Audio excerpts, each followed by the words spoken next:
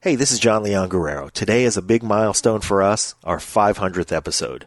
Pete and I will discuss some of the things we've observed getting here and some of the things we want to do going forward. We're also going to hear from some of our past guests who chime in with their thoughts. We're both so grateful to you for coming with us on this journey, and we hope to keep you constantly informed and entertained for at least 500 more. Your listenership has allowed us to meet some of the people we've admired for years, explore the topics we've always been curious to unpack, and go deep with some of these people to the point where we've cultivated some real, meaningful friendships. For that, you have our eternal gratitude. You also have our pledge to go harder, to keep getting great guests, and to continually hone this craft for your enjoyment and ours. And since I'm doing this intro, I get to tell Pete how grateful I am for all of his hard work. When he initially said we should publish 4 shows a week, I thought he was bananas. He is bananas. It's not easy. But as our professional trajectories have some differences, he does most of the heavy lifting, and I just get to go to Stuart Copeland's house, or eat fried chicken with Sly Stone, or fish tacos with Fran Strine, or Eggs Benedict with Mark Schulman, or stroll through Old Sacramento with Jim and Deborah DeFelice, and ask every one of them about the inside details of their work and their fascinating lives. Pete, I love you, my brother. I'm very happy to share and enhance the qualities we have in common and to bring to the world this perspective and this candor in our search for all the enlightenment we've found from our friends here. Thank you. And thank you, listeners. Number 500. Here we go. Lions Rock Productions. This is Jay This Moore. is Greg Proops. This is Jordan Harbinger. This is Dexter from The Offspring. This is Nathan This is East. Sebastian Younger. This is Rick This Marotta. is Stuart Copeland. This is Mick Gillette. This is Andy Summers. Hey, this is Skunk Baxter. This is Gabby Reese. This is Rob Bell. Hey, this is John Leon Guerrero. Hey, and this is Pete A. Turner. And now, the Break It Down Show with John Leon Guerrero and Pete A. Turner. And now, here are John and Pete, a pair of guys who evidently don't mind referring to themselves in the third person, and who will now, for their amusement, if for nobody else's, reflect on 500 episodes on The Wire, and look forward gratuitously to the next 500.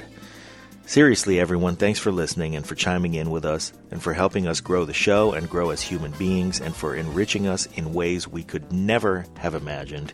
Here I am, John Leon Guerrero, with also very appreciative co-founder, co-producer, and co-host, Pete A. Turner. Let's go back to the beginning, the very beginning, when we did our first episode of the Break It Down show with James Early. And we had a direction for the show. We had a vision for the show. What would you say the difference is between your vision for what the show would be and your reality for what the show is? Well, from back then, we knew we had some magic, that we were doing something that was special, and we wanted to make it bigger. So, in those terms, we've definitely done that.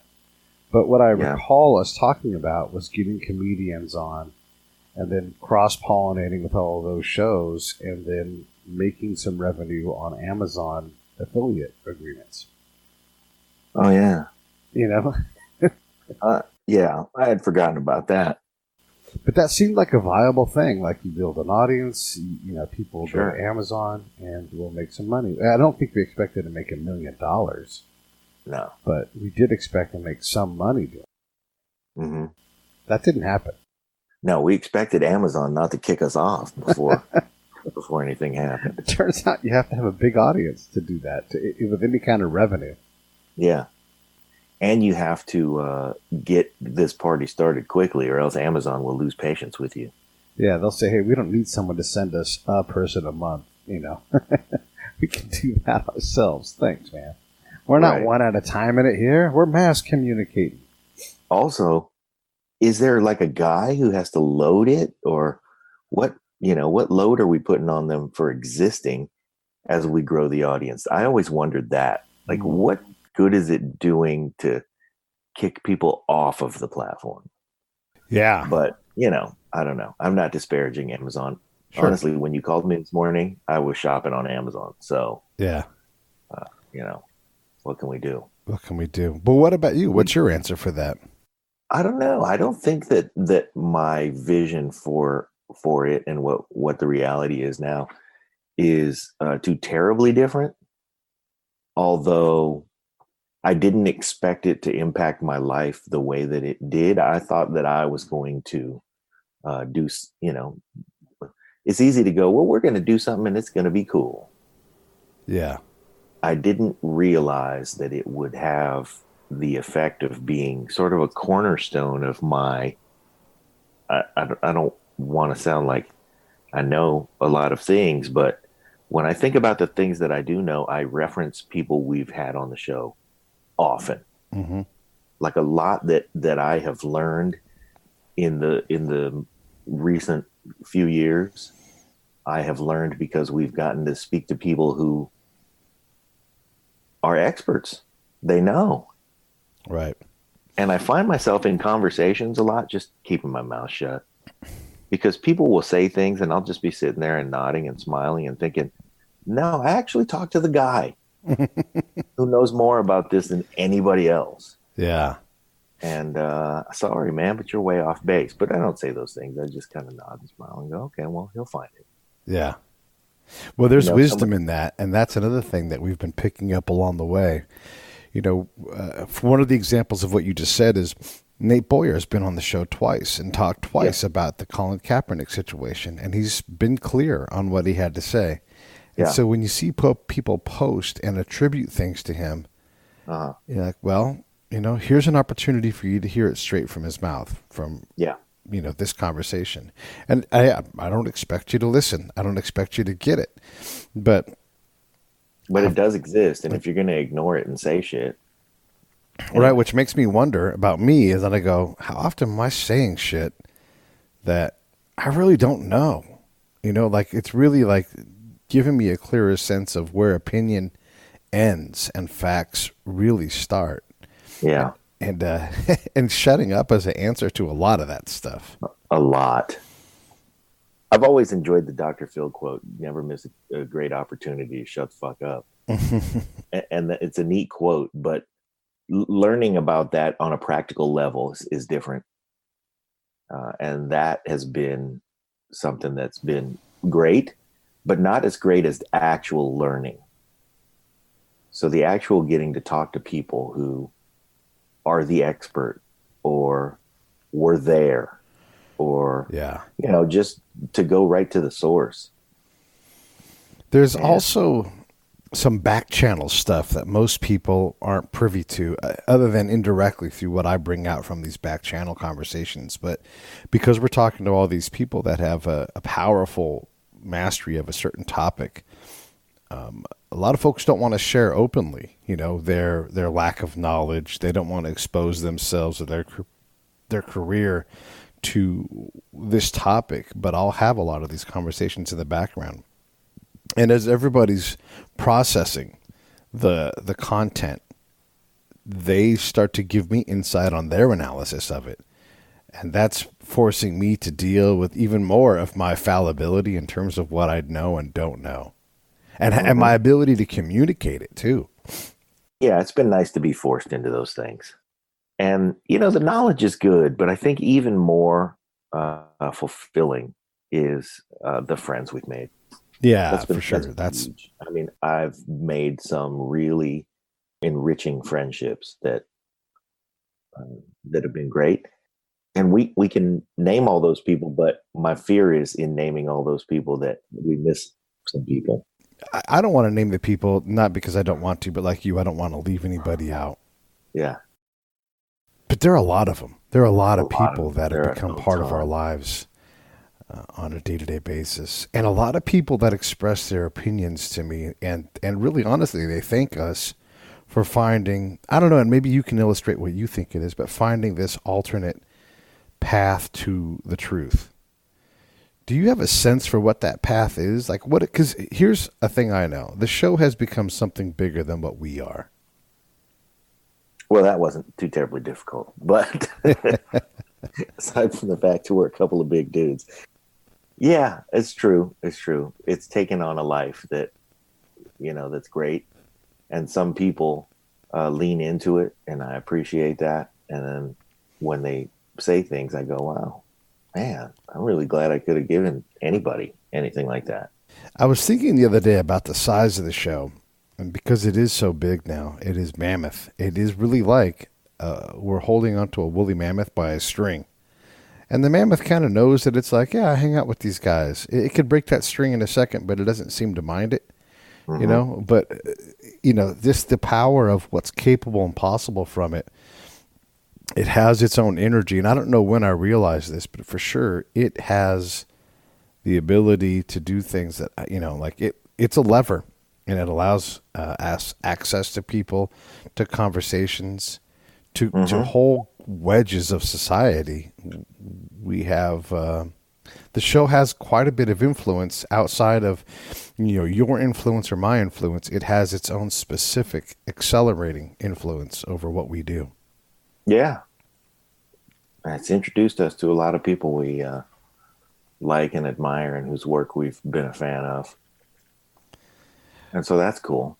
When you look back at 500, there are so many guests. And people always ask me, like, what's your favorite interview? But like, when you look at the topics, the experts that we have, who's really brought a really, a John defining change in who you are? Because, we're always inspired by the wellness people and the fitness people and all that kind of thing. But who's really made you have a hard pivot on something? Ooh, that's a good question. I don't really identify too many hard pivots. There have been nudges, though, and a lot of them that I've experienced, that I enjoyed, and in a lot of different kinds of directions. Not just directions, but types of directions. Because, I've learned a thing or two from, Tim Furnish, Jim DeFelice, Gabby Reese. And then there have been just people who are absolutely inspiring that we've had conversations with. Recently, Dave Auday, Tim Kelly, and, just a lot of the recurring themes of, man, I just had to grind it out. And all of those stories that intertwine based on just that, which really is the basis of everything. I think there isn't one guest who can say, I had that one lucky break and I was sort of prepared for it, but, and I grew into it. It's never been that. It's always been, I stuck to it. I was grinding it out. I thought about all the things I could be doing instead, but I kept my eye on the prize. I have no idea why my insanity led me to continue until it finally paid off. Yeah. And that, I think, has been really, if there's a recurring theme, it's been that. Are we insane to continue this thing? Probably. But it's the same kind of insanity I just described. Right. There's a comfort in knowing that there's more insane people like this. Yeah. And aside from that comfort, all of the insane people like this have described this kind of story. I mean, the thing that keeps coming up is 10 years. And we can look back at 500 episodes, and it's a lot. And we've had, but never during the course of these 500 episodes have we even considered, we should walk away from this. Even though, when you described when we first thought about this, we thought we were going to make money on Amazon. We also thought, I thought our audience would be bigger, but I had no idea our audience would be this deep. Yeah. So, and the audience that we have, I'd love for it to be 1 million people, but I'd rather it be the people who stick with us the way that our listeners do. I'd rather it be the guys who, they dig deep, they're streaky, but then I hear from somebody who listens to something that was 10 or 15 episodes back. Hey man, I was, got busy with life stuff, but I got back on the road and put my headset back on and put my AirPods back in and got back on the assembly line or whatever. And I'm catching up, and I heard this, and here's what I think about it. That's been terrific. So if it takes 10 years to get anywhere in anything, well, how far in it are we now? 4.5? Yeah, I mean, we'll be basically at, well, if you include the radio show time, we're well past 5. And I do include that time because that was part of the proving ground, the whole concept of putting this together. Yeah. But I mean, whether we include that or not, we're halfway there. Yeah. You know, to all the people that we've admired who said, you know, I thought I was going to be somewhere in a year and a half. And then a year and a half in, I was nowhere. But then by that time, I wasn't counting anymore. Mm-hmm. It was like in Knockaround Guys when that great scene where Vin Diesel 500. 500, yeah, you know, it quits being well, I can't remember how he said it, but he said something like it stops being the point. Mm-hmm. And I think it stops being the point. You know, we have become the podcasters, the journalists, the documentarians of a human experience. We have a responsibility to it that we take seriously, but it doesn't have the kind of weight. It's not like I'm dragging a boulder up a hill so that I can, you know, shape it and square it off and line it up and put it on a wall. And I don't have to think about those things because I know that ultimately we're just building a cathedral. And at some point, we're going to continue to do this. We're going to continue to enjoy the process and enjoy the road and enjoy the bumps and bruises. And at some point, holy shit, there will be a cathedral standing there. I really struggled with the word cathedral. But, you know, that's it. Yeah. So I just feel like, hey, this is the path. And we've had people tell us, just join the path. You know, yeah, it's going to have some parts where it sucks. It's going to have some parts where it's fulfilling.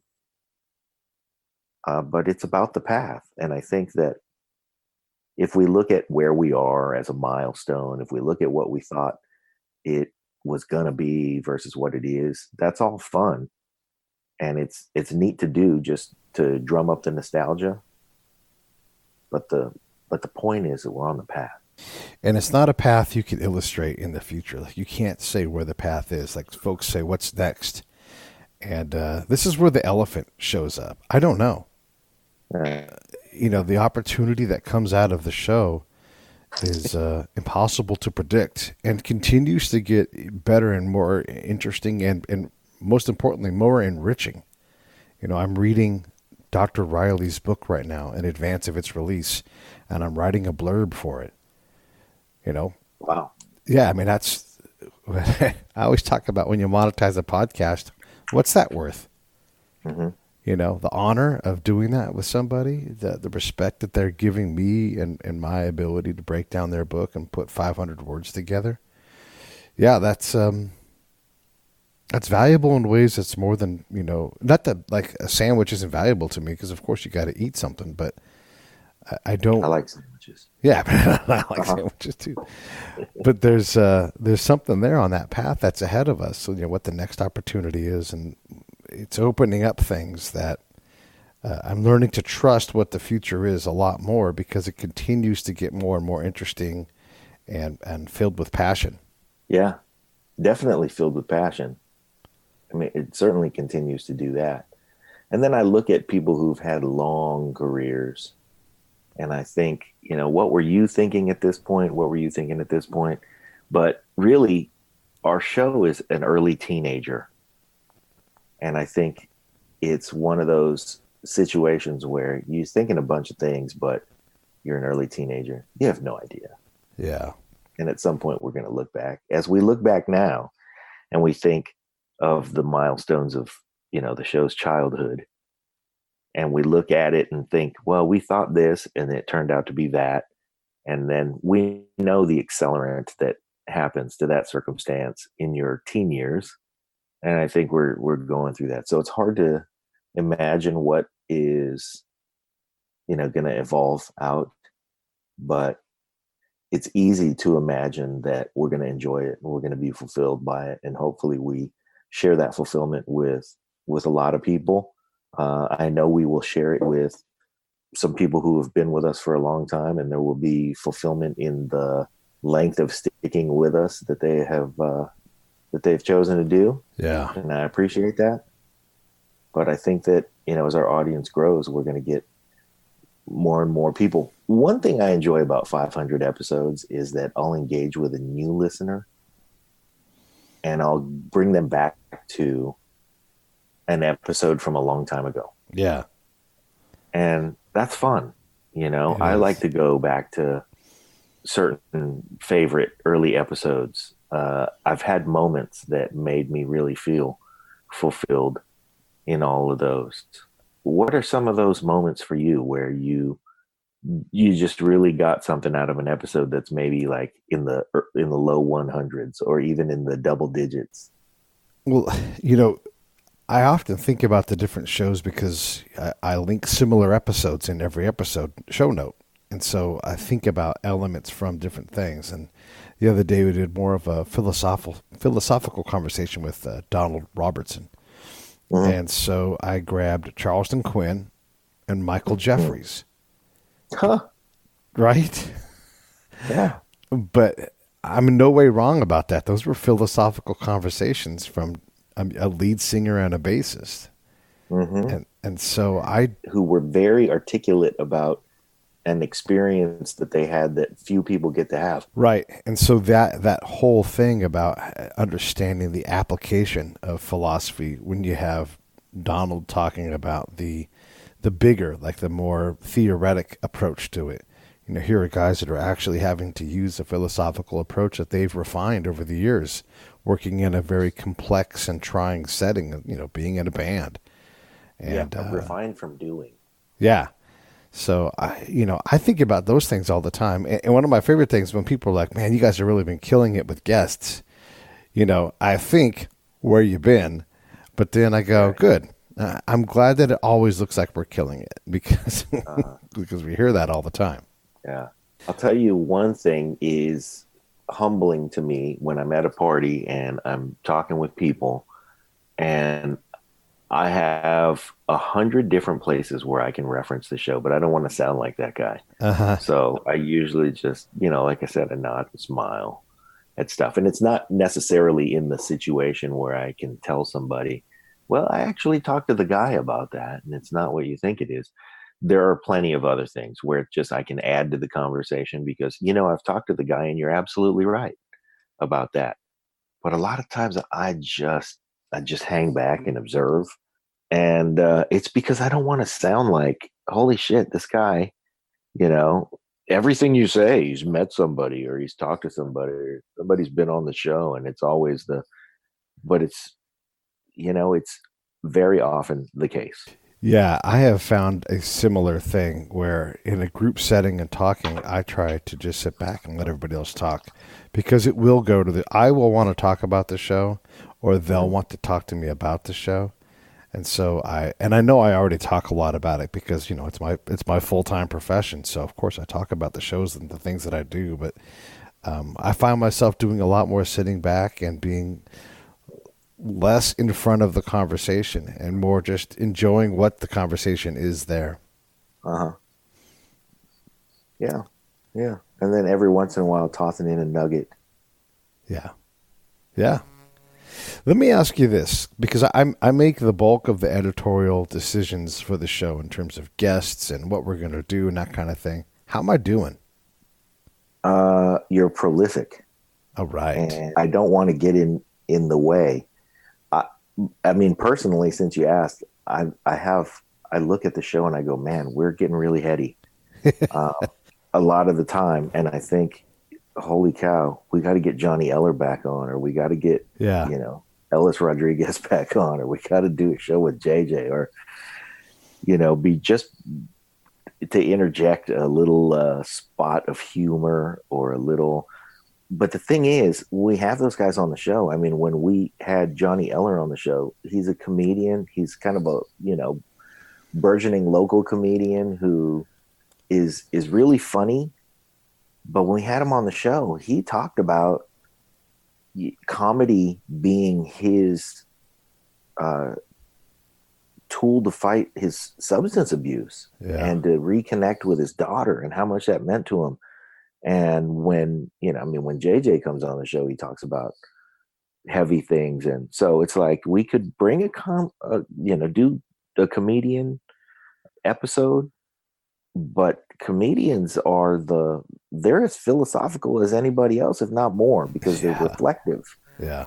So like this is their outlet where, if you want to come see me be funny, I'll be at the Chuckle Hut on Thursday, Friday, and Saturday. Mm-hmm. And then we sit down with them and they start to dissect their path, their career, their process. So they're no less heady than anybody else.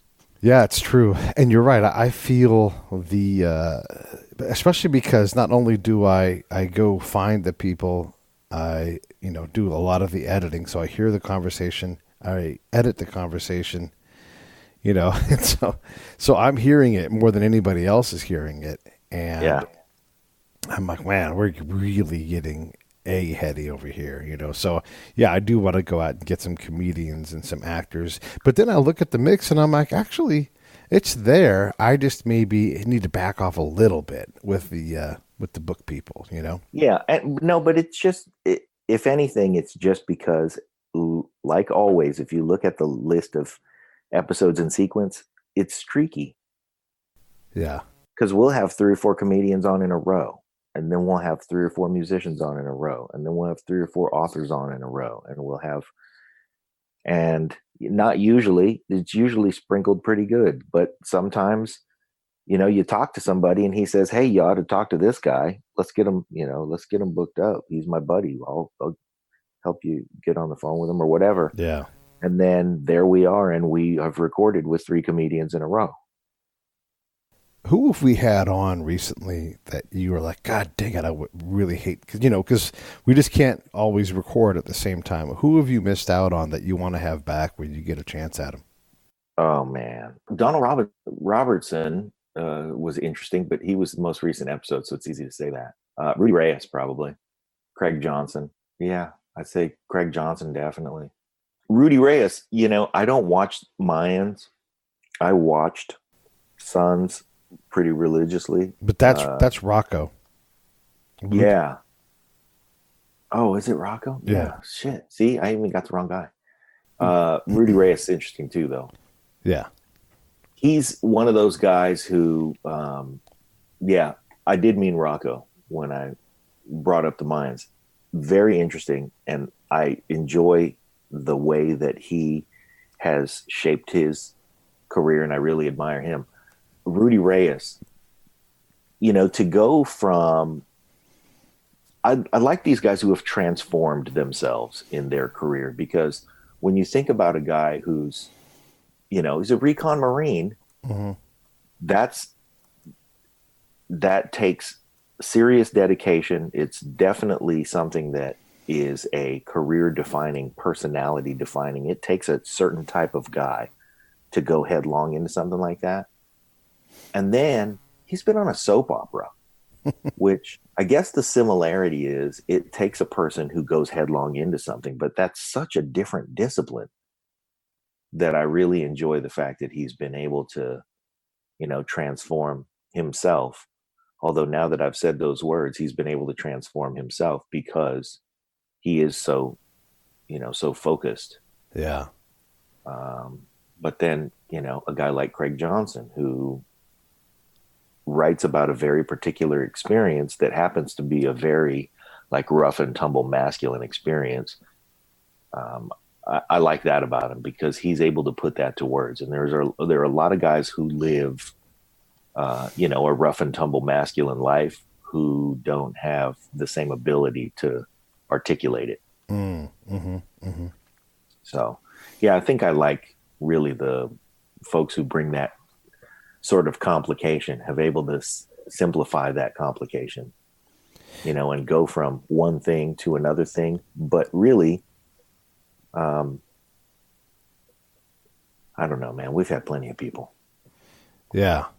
What do you want to get into that we've not gotten into in the future? Like, obviously we have a lot of academics on, we have a lot of combat guys, but it's had a ton of musicians. I mean, we were talking the other day, and our musical stable we've got over 1.4 or 5 billion records sold. Yeah. And that It's a number lot. only goes up, right? So it'll be 2 billion before we know it. So, we've done a lot in those areas and we'll continue to do that. But what's an area that interests you that's out there? Business. I'd like to maybe explore some of the people who have been able to create business successes, and not just for the sake of creating a business success, but those kinds of business successes that move the needle in society. Yeah. Like, of course, everybody would love to have Bill Gates on their podcast because he was the richest man in the world and created Microsoft and all that stuff. But I'd really like to have the guy on who figured out how to cure malaria. Yeah.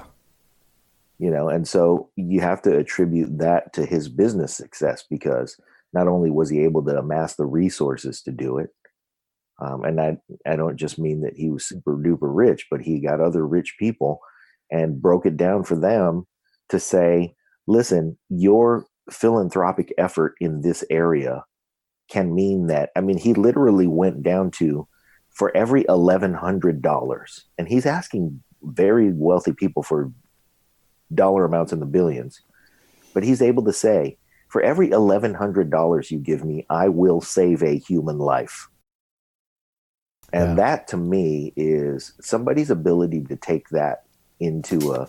This episode of the Break It Down Show is brought to you by Lions Rock Productions. That's us. We publish, evaluate, and develop podcasts just like this one, consult others to build their own, and create associated content and content marketing strategies. So if you're launching or expanding your social media presence, your business or your personal brand, or if you just want to take your media presence to the next level, reach out to us on Twitter at Pete A. Turner or at JohnLG69 at the Break It Down Show. There's 1,000 ways to get a hold of us.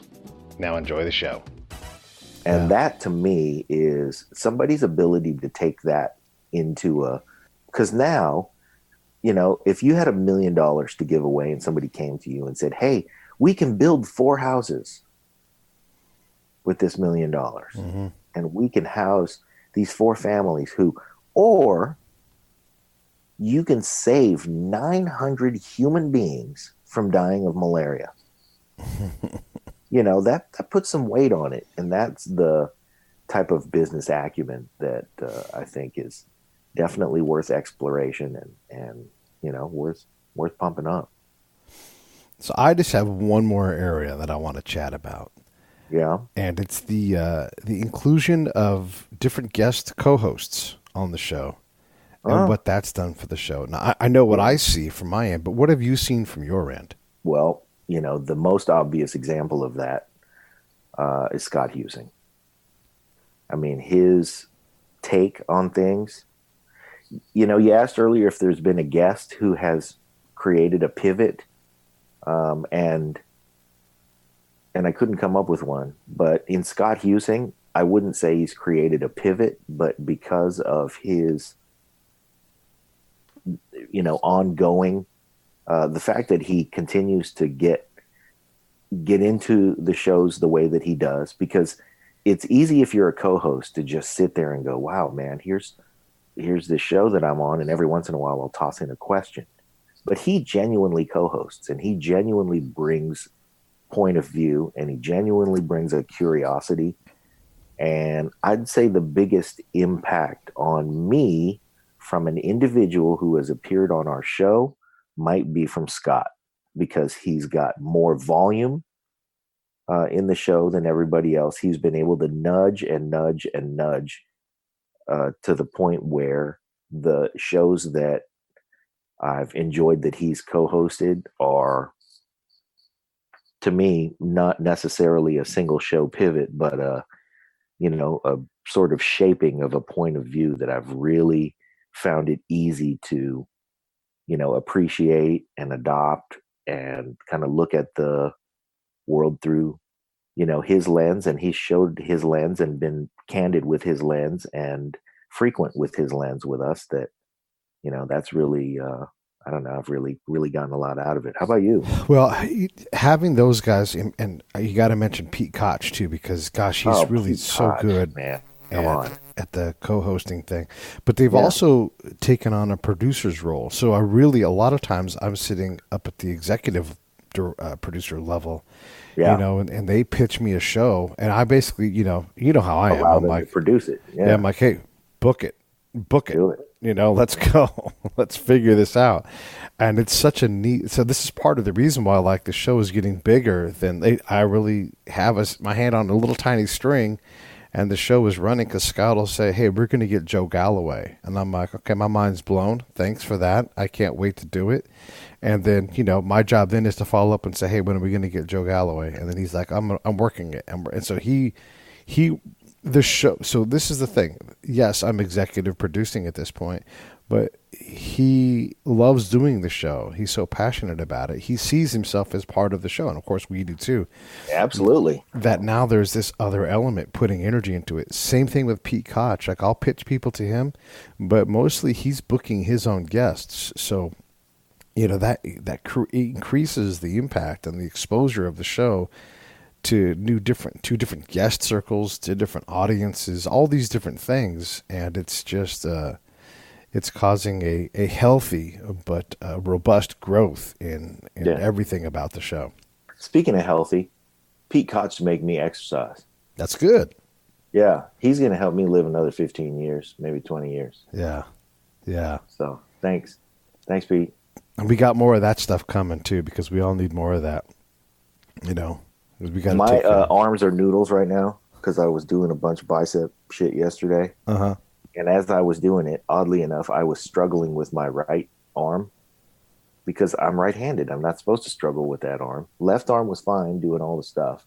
Right arm was struggling. And when it struggled and when I was like, God damn, this is for the birds, I thought, nope, I'm going to pretend like Pete Koch standing right in front of me. Yeah. There you go. And he made me finish my sets. So... Good, man. Yeah. What else do you want to cover? How about the next 500? Okay, let's go. When you and here we go again down this road. What do you see for the next 500? But really, we're going to find ourselves in a place, I anticipate, where we are going to be faced with professional opportunities that are going to rob us of time. Yeah. And those things will be a blessing. But how do you think we react to those? How do you think we combat the time rob? How do you think and what do you want to do if we suddenly found ourselves with, the professional opportunities that create resources to do anything we want? Then what do we do? Well, I mean, this is inevitable. This is happening. There are several projects that are being discussed right now, and who knows what these projects have to fight their way out into reality, and then earn time. But as the show grows, as my ability to capture revenue increases, I'm able to put things like editing on Damien, who's our editor now, and we employ a guy who lives in Serbia to edit our shows. And how great is that? So as he gives me more of that time, I don't want to do less content. I want to do more. I just want to put the work of the day-to-day stuff on somebody else so I can go do the things like put time and energy into these opportunities. John Krotek and I are working on something right now that we're going to see if it has legs.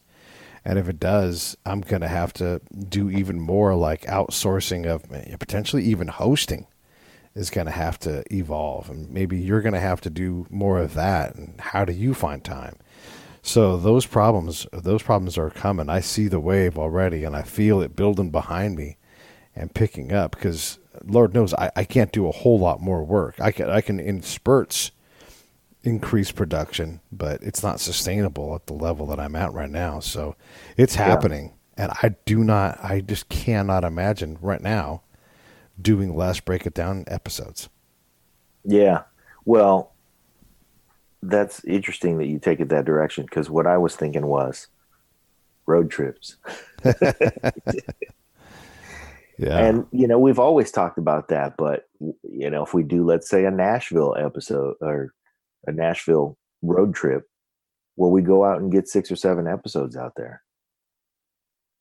And then we swing down to, wherever. Yeah. And we go down and hang out with Dr. Rich for a little while. And then we can swing over to the Emerald Coast for a while. And then, go down to Miami and do these trips where we go out and on the road capture, 20, 30 episodes.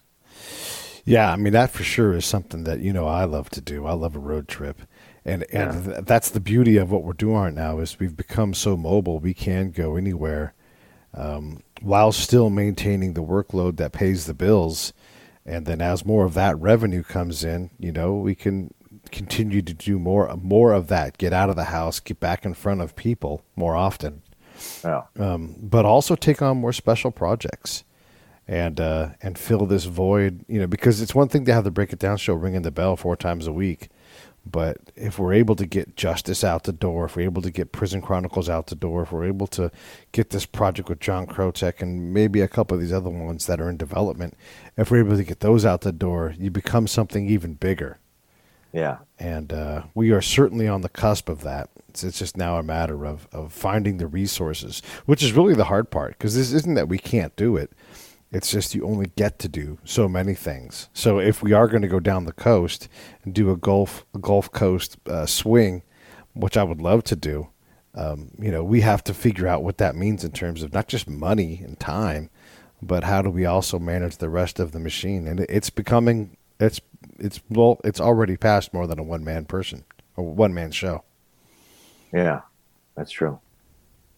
Well, now it makes sense when we listen to the the really big shows that are very well funded, the Gimlet Media shows and the shows like that where they have credits and then they just go and this person did this and this person did that and this person did that, and it's like, you guys got a dozen people working full time on this fucking show. Yeah if we had the revenue, I could put 12 people to work right now.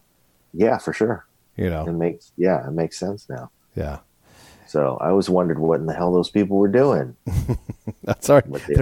They're doing this stuff that like show notes. That stuff takes a long time. And I'm frankly not all that great at it, Yeah. Having someone to focus on. What's that? All of it takes time. It all takes time. It takes well over an hour from a completed, fully edited show. It takes well over an hour to get that show out and published and distributed. Yeah. That's an hour. That's longer than the conversation itself. Yeah, to hang it up. And get it out to where it needs to be.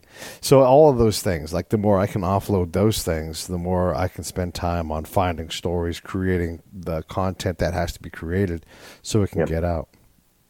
Yeah.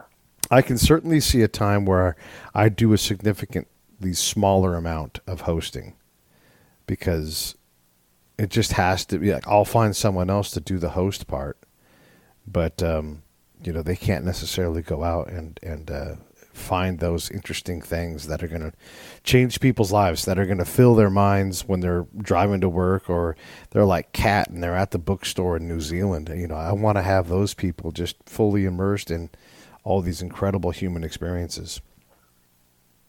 Yeah. Well, I don't know. I think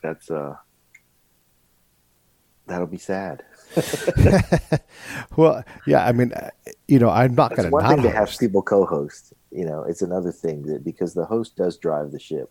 Yeah, and not everybody can take the helm, and a lot of people can sit in the right seat and be great and an awesome co-pilot and point out things along the way that the driver of the ship doesn't see necessarily. But I don't know, to say that you would pass up hosting duties is that's, we'll have to think about that. Yeah, well, that's for the next 500, right? In the meantime, I got shows to edit, people to book, social media to mediate, and sponsors to chase, coincidentally. Right. I mean, there's some really big things on the horizon. And just in general, here's a thing I've learned from the show, is things move best at their own pace. And when you nudge that pace by design. Mm-hmm. But you just have to work at the pace of the thing that's there. Yeah. And That's been a big lesson. It's hard because I always want to push. But the reality is some things need to let lie. And if they are going to make it there, they need to make it there without being gassed. Because you're like, oh, this thing doesn't have any. I needed this thing to make it, not that it needed to make it. So I need to figure out the things that are less about my ego and more about the project, and have enough people interested that it actually has something in it. Yeah. Wow. That's executive producing for sure. Yeah. All right. Well, all right. Away we go. Yeah. The next 500. That's right. Thanks everybody for listening. We sure appreciate you guys for hanging in there with us, and guys and ladies. Sorry, guys, especially the ladies. Hang in there with us for the next 500. Tell your friends about it. Do us a favor. Go in. Give us that 5-star review in iTunes. Rate it. Talk about it. And we appreciate it.